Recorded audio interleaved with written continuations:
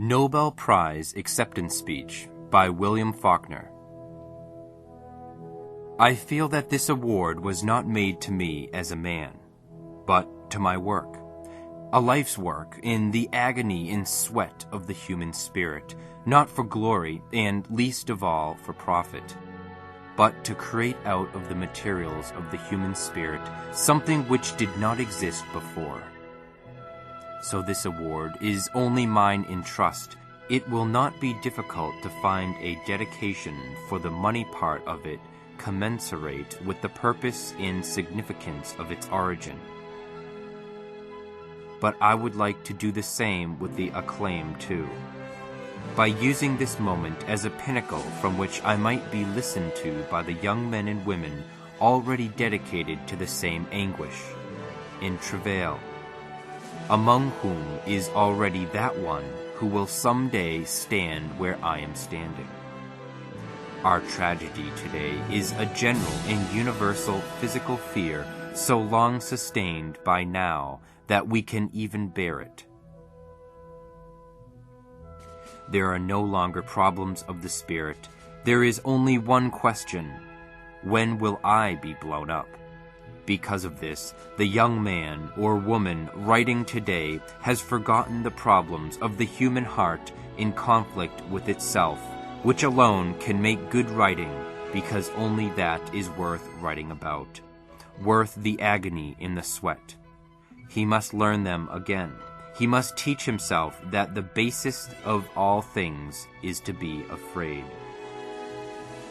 And teaching himself that, forget it forever, leaving no room in his workshop for anything but the old verities and truths of the heart, the universal truths, lacking which any story is ephemeral and doomed, love in honor, in pity, in pride, in compassion, in sacrifice.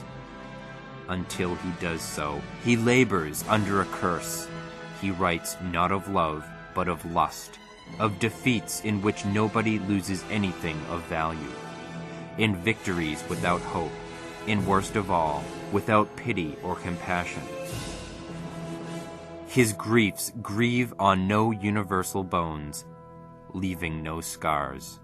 He writes not of the heart, but of the glands.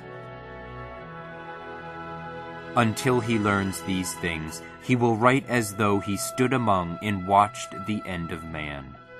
I decline to accept the end of man. It is easy enough to say that man is immortal, because he will endure.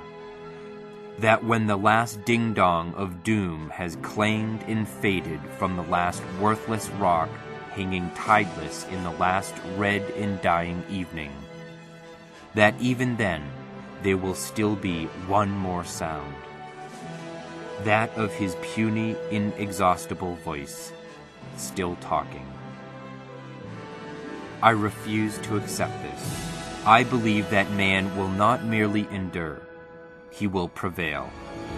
He is immortal, not because he alone among creatures has inexhaustible voice, but because he has a soul, a spirit capable of compassion and sacrifice and endurance. The poet's, the writer's duty is to write about these things. It is his privilege to help man endure by lifting his heart, by reminding him of the courage, in honor, in hope, in pride, in compassion, in pity, in sacrifice which have been the glory of his past.